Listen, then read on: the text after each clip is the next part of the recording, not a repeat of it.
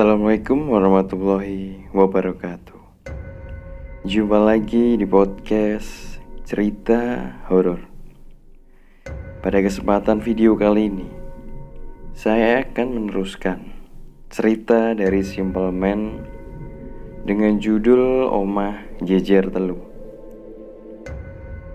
Sebelum memasuki ke cerita, jangan lupa subscribe, nyalakan lonceng notifikasi, dan share video ini ke teman-teman kalian. Seperti apa ceritanya? Mari kita simak sama-sama. Sebelum Putri mendekat, suara itu kembali terdengar. Mbak Yu. Putri kembali melihat ke dalam kamarnya. Ia mencari di mana suara itu berasal. Saat "Aku neng dhuwur, Mbak." "Iyo, dhuwurmu." Putri mengangkat kepalanya. Saat di atas, ia melihat wajah wanita melihat Putri melotot. Tidak ada yang tahu apa yang dilakukan Putri. Tidak ada. Karena saat Dika dan Elin sampai di rumah, tidak ada apa-apa. Tapi Elin merasakan hal lain. Saat pertama Elin menginjakan kaki di lantai kos, dia sudah merasa aneh. Udara di dalam kos terasa anyep, hambar, tidak nyaman. Tetapi Elin tidak mau mengatakan hal ini kepada Dika, karena takut Dika salah persepsi dengan apa yang Elin rasakan. Namun sepertinya tak lama bagi Dika untuk menyadari keanehan ini. Karena saat mereka menuju ke kamar masing-masing, di ruang tengah mereka menemukan Putri. Putri duduk di atas lantai, di antara meja dan kursi, dengan piring berisikan nasi yang lembek, seperti dimasak dengan serampangan, tidak matang. Putri terus menyuap nasi yang terlihat seperti muntahan itu dengan tangan kosong. Dika dan Elin merasa mual saat melihat Putri. Dika yang terkejut lalu bertanya kepada Putri, tapi perempuan itu tidak menjawab sama sekali. Elin akhirnya berjongkok mengambil piring itu dari hadapan Putri. Reaksi perempuan itu adalah melotot, memandang Elin dengan sorot meremehkan. Elin merinding saat Putri memandanginya. Elin meninggalkan Putri, sementara Dika yang tak tahu apa-apa lalu masuk ke dalam kamar, mengunci pintu. Disitulah Elin menemukan satu keramik seperti tercongkel, tapi Elin tidak berpikir apa-apa. Ia meletakkan piring lalu kembali ke kamar. Putri sudah tidak ada di ruang tengah. Elin melangkah masuk ke dalam kamar, mengunci pintu, tapi perasaannya tidak tenang. Ia memandangi kamar Putri dari jendela, gelap sekali. Meski hari belum siang, tapi belum pernah Elin merasakan segelap ini di dalam kamar Putri. Elin masih belum tahu apa yang terjadi dengan temannya. Sampai akhirnya, ia baru saja menyadari di samping kamar Putri, tepatnya kamar kosong yang belum ada penghuninya. Tepatnya di gorden ada wajah seseorang kakek tua memandangi Elin. Sontak perempuan itu berkilah dan menutup rapat-rapat jendela. Elin mulai sadar, di dalam kos ini berbeda. Setelah shift malam, Elin berniat beristirahat sebentar. Dia melangkah ke atas ranjang.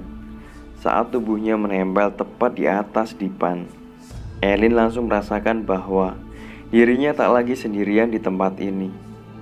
Dari celah pintu almari, seperti ada yang mengawasi dirinya.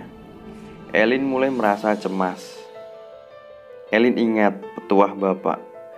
Manusia itu sensitif, tapi tidak semua bisa memaksimalkan kesensitifan ini. Saat seseorang sendirian, tapi merasa bahwa ada yang mengawasi, hal ini benar adanya. Artinya tak jauh dari orang tersebut sebenarnya sesuatu sedang mengintai, menunggu. Elin membongkar isi tasnya. Ia mencari di mana terakhir menyimpan benda itu. Semakin lama suasana di dalam kamar semakin intens. Terasa penuh, namun udaranya begitu hambar.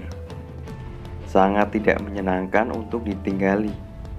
Setelah Elin mencari membongkar tumpukan pakaian, akhirnya ia menemukan benda itu. Tasbih yang dibuat dari biji salak.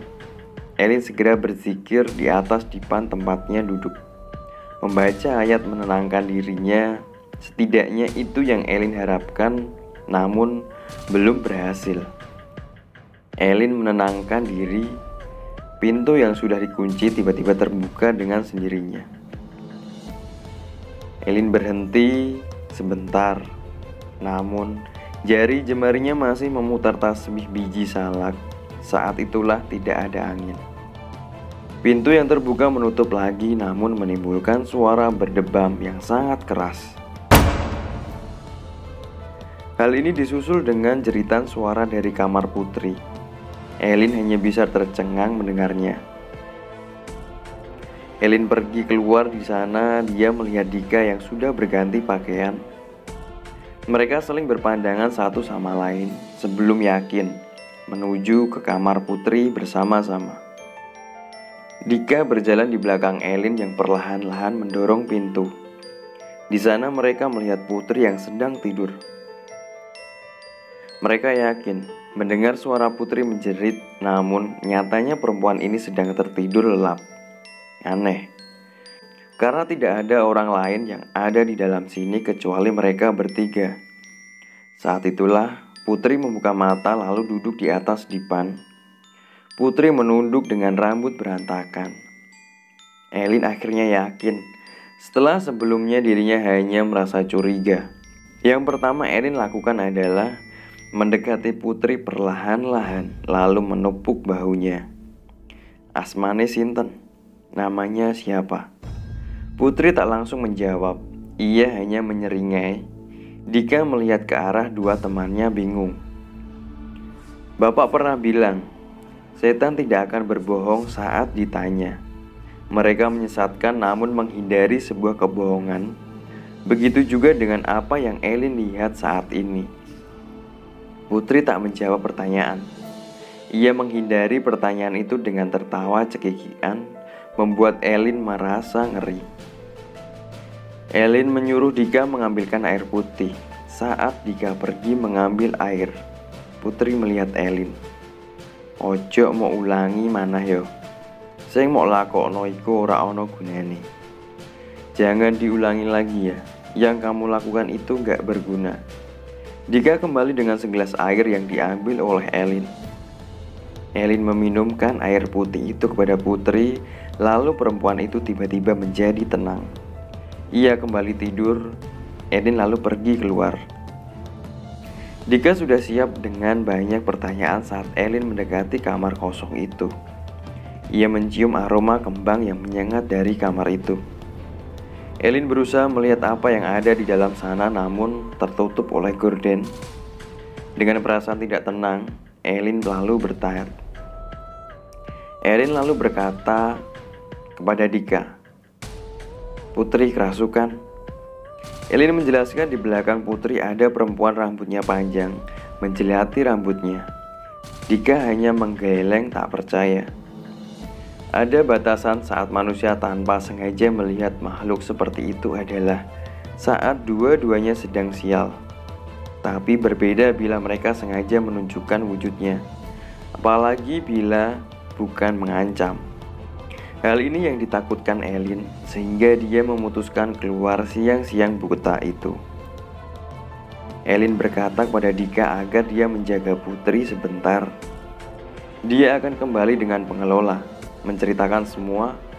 Dika awalnya bingung sampai dia menyadari dia sendirian di rumah ini dengan Putri yang bersikap aneh. Namun Dika mencoba untuk tenang sebelum pintu kamarnya terbuka. Dika menuju ke kamarnya. karena sekilas ia melihat seseorang anak kecil seperti melintas diikuti suara ranjang berdencit seperti diinjak-injak oleh seseorang. Namun tubuhnya mendadak merasa lebih dingin dari sebelumnya saat melihat Putri. Saat Dika melewati pintu kamar, ia tak menemukan apapun, hanya kamar kosong. Merasa tenang, Dika berniat kembali ke tempat Putri. Namun sebelum dia menutup pintu kamar, matanya menangkap sepotong tangan bersembunyi di atas lemari yang kemudian lenyap begitu saja. Dika yang merasa bahwa Elin benar, lalu berlari menuju pintu keluar saat ia melihat Elin sudah datang dengan wanita pengelola. Elin mengajak wanita itu masuk cepat-cepat. Dika mengikuti dari belakang. Pintu kamar tempat Putri berada dibuka. Mereka melihat Putri menatap mereka semua. "Onopo?" tanya Putri kepada mereka. Pengelola itu mendekat, menyentuh kening Putri. "Gak apa-apa. Kerasukan apa?"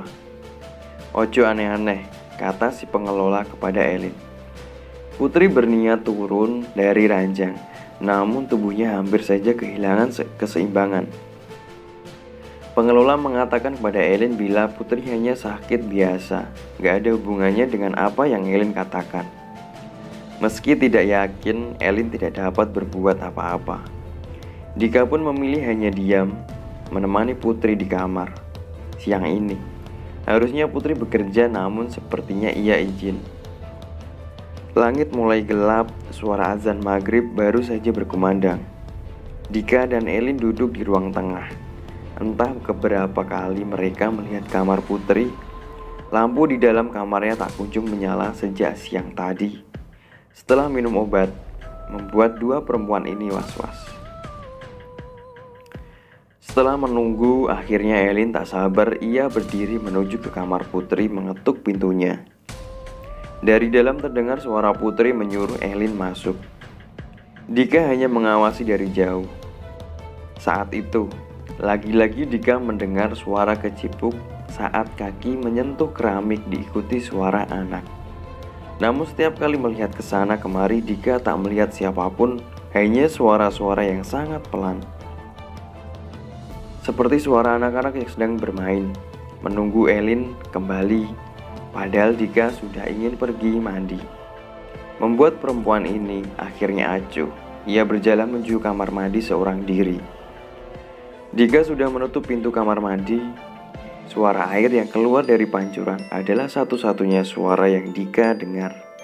Kamar mandinya kecil dengan satu bak plastik besar. Di atas tembok ada balok untuk ventilasi di mana Dika bisa melihat daun pohon pisang. Malam ini angin berhembus masuk.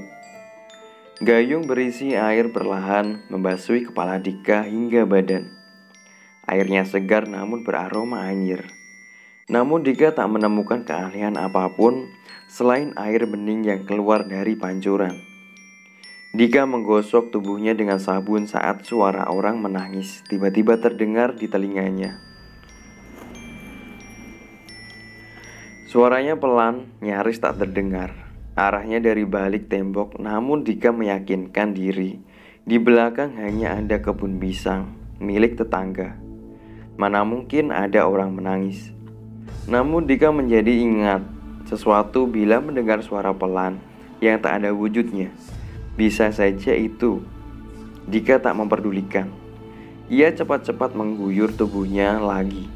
Namun aroma anyir semakin tercium di hidungnya saat Dika tanpa sengaja melihat ke lubang ventilasi, di mana dia melihat wajah seorang wanita tua melirik menatap dirinya. Dika berteriak. Berbekal handuk untuk menutupi tubuhnya, Dika berlari keluar. Ia bertemu dengan Elin dan Putri yang berwajah pucat. Wajah mereka tampak terkejut melihat Dika. Dika tak tahu kenapa wajah mereka tampak seperti itu. Saat itu juga Elin mengatakannya. Getih, darah. Dika melihat sekujur tubuhnya. Saat itu ia baru saja bermandikan darah. Putri menjerit memalingkan wajah saat mereka menyadari sesuatu mendekat. Seseorang wanita tua yang Dika lihat berjalan mendekat. Ia menyeret satu kakinya. Putri menyebut sebuah nama, Burismoyo. Itu orangnya, Lin. Rapopo, aku Ranjara. Tidak apa-apa, aku nggak niat mencelakai kok. Dika melangkah mundur, berdiri bersama yang lain. Burismoyo mendekat lalu bertanya, "Neng di kertasnya, Duk. Di mana kertasnya, Nak?" Wanita tua itu melihat Putri, namun perempuan ini terlalu takut. Elin lalu membujuk Putri di mana dia menyimpan isim itu. Benda seperti itu tidak baik bila disimpan. Putri masih tak berani menatap wajah Burismoyo. Namun dia mencoba mengingat-ingat sampai Putri akhirnya ingat di mana kali terakhir dia menyimpan benda itu di dalam perutnya. Burismoyo yang mendengar lalu tertawa cekikian. Dia lalu berbalik mundur. Elin yang melihatnya segera menghentikannya. Ia bertanya apa maksudnya ini. Dengan sorot mata melotot, Burismoyo lalu melihat ke seluruh ruangan sambil menyeringai. "Wes rame, Turwo bareng ae, Nduk." Tapi anehnya, Burismoyo sempat melihat kamar kosong itu cukup lama sembari mengedah-ngedahkan kepalanya. Lalu pergi dengan menyeret satu kakinya. Elin lalu menarik Putri dan Dika menuju ke kamarnya. Burismoyo pergi lewat pintu belakang, meninggalkan mereka berdua. Di dalam kamar Elin, mereka bertiga sudah mengenakan rukuh wirid semalaman. Sedangkan di luar kamar terdengar suara seperti seseorang saling berbicara satu sama lain. Putri menghentikan wiridnya, namun Elin yang tahu akan hal itu segera menegurnya. Ia bilang cuma malam ini. Malam semakin larut, suara orang sudah menjadi suara benda-benda yang berjatuhan. Elin bilang untuk tak ada satupun dari mereka yang membuka mata, karena setelah ini gangguannya semakin berat. Putri serta Dika hanya mengangguk. Hanya Elin yang melanjutkan. Namun Putri mulai goyah. Ia mendengar bisikan dari seseorang wanita yang meminta tolong. Lembut sekali suaranya. Ia memohon agar Putri membantu dirinya. Udara sangat dingin. Elin saja belum pernah semerinding ini. Putri semakin lama mulai penasaran suara siapa yang berisik di telinganya. Orang Jawa mengenalnya dengan nama Jelayatan, yang berarti singgah. Hal ini yang Elin lakukan. Mereka bertiga singgah untuk pamit. Elin membawa Putri dan Dika untuk masuk ke dunia mereka sebelum pergi lalu menutup semuanya. Sehingga mereka tak lagi sama-sama melihat. Namun Putri tak kembali. Namun Putri tidak kembali. Putri melihat langit-langit. Pandangan matanya kosong. Hal ini terjadi bahkan saat Elin menepuk pipinya berulang-ulang kali. Saat itu terjadi, Dika tak lagi merasakan suasana mengerikan itu lagi, seakan lenyap. Hanya Putri seorang yang menjadi aneh. Semalaman mereka tidak tidur, menjaga Putri. Pagi ini Elin berniat mau kembali ke pengelola saat dia melangkah keluar pintu. Saat itulah Pak RT datang dengan seorang lelaki tua berpakaian putih. Melihat Elin sembari menggelengkan kepala. Putri digendong Pak RT. Ia dibawa ke kamar Burismoyo. Sementara orang berpakaian putih itu berbicara dengan Mbak Nani yang seperti marah-marah. Elin melihat Burismoyo melihat anak-anak perempuan itu dengan ekspresi datar. Elin melihat Burismoyo melihat anak-anak perempuan itu dengan ekspresi datar, berbeda sekali dengan saat malam itu. Setelah terjadi dialog, orang itu pergi masuk ke kamar Burismoyo bersama Putri yang hanya bisa bengong. Elin dan yang lain menunggu di luar. Sesuatu sedang dilakukan cukup lama, hampir seharian, saat lelaki itu keluar untuk memarahi Elin. Nggak semua orang bisa kayak begitu. Bila jadi kamu, lebih baik pergi ke kos teman, cuma semalam saja, daripada nekat kayak begitu. Untung temanmu nggak sampai hilang. Elin tahu apa yang dilakukannya beresiko. Namun saat itu kepalanya sudah buntu. Ia terpaksa melakukannya. Lelaki itu menunjukkan isim raja yang entah bagaimana bisa keluar dari perut putri. Rupanya lelaki itu dulu memang sengaja memendamnya di dalam rumah hanya untuk memancing patur dari anak si ibu yang bersemayam di tubuh Burismoyo. Sekarang tak ada lagi yang perlu dikhawatirkan. Ibu dan anak sudah diikat. Rumah itu masih ada penghuninya, namun tak seusil apa yang dipegang lelaki itu. Lelaki itu juga mengatakan bahwa mereka sudah bisa kembali menempati rumah itu. Hanya saja, ada satu kamar yang tak boleh dibuka, kamar kosong itu. Elin bertanya perihal isi di dalam kamar kosong itu. Si lelaki tak keberatan menjawab, itu adalah rumah Braung saat tempat ini masih menjadi omah jejer telu. Tidak bisa diusir, tidak mengganggu, asal tidak diganggu. Lelaki itu akan menjelaskan hal ini sama pengelola. Lelaki itu juga menjelaskan kepada putri setelah dia siuman. Namun seperti yang Dika katakan, ada tempat kos lain yang lebih dekat dengan pabrik kertas, sehingga mereka bertiga akhirnya sepakat tetap pindah. Hal ini diceritakan dari mulut ke mulut, menjadi semacam cerita di desa saya. Namun sebelum mengakhiri cerita ini, saya akan beritahukan rumah itu masih ditinggali dan masih menjadi tempat kos yang ramai walaupun sempat sepi. Karena sepeninggalannya 3 perempuan itu, 1 perempuan kembali, namanya Anggi. Anggi menjadi satu-satunya perempuan yang tidak tahu akan hal ini. Terima kasih. Sekian untuk cerita Omah Jejer Telu dari Simple Man. Cerita ini masih berlanjut. Sekian dari saya. Wassalamualaikum warahmatullahi wabarakatuh.